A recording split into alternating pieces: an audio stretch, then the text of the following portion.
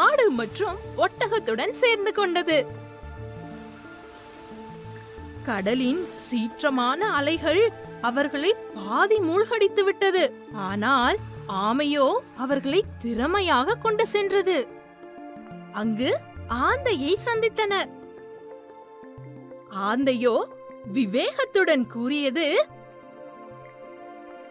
நல்வாழ்த்துக்கள், நீங்கள் புதையலை கண்டெடுத்து விட்டீர்கள்.